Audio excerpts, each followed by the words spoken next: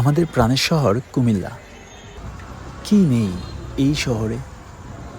বাংলাদেশের বিভিন্ন বিভাগীয় শহরের চাইতে কোনো অংশেই কম নয় আমাদের এই কুমিল্লা।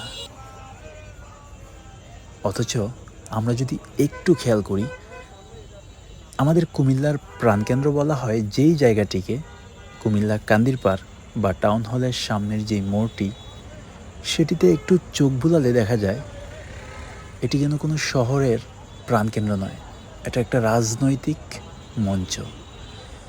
যেই দিকে তাকাবেন শুধু পোস্টার, ফেস্টুন, ব্যানার, অমুক নেতা, তমুক নেতা ইত্যাদি ইত্যাদি।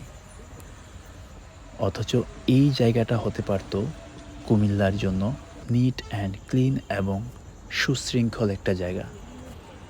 তবে আমি তৎক্ষণাৎই আমার এই নেগেটিভ ধারণাটা পাল্টে নিয়েছি যখন আমি দেখলাম পাকিস্তানের সানিয়া আমির এর পোস্টার বড় করে বিলবোর্ডে টাঙানো আছে।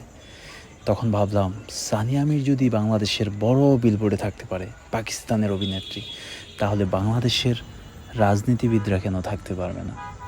তাহলে তো ঠিকই আছে, লাগা পোস্টার, আরও লাগা।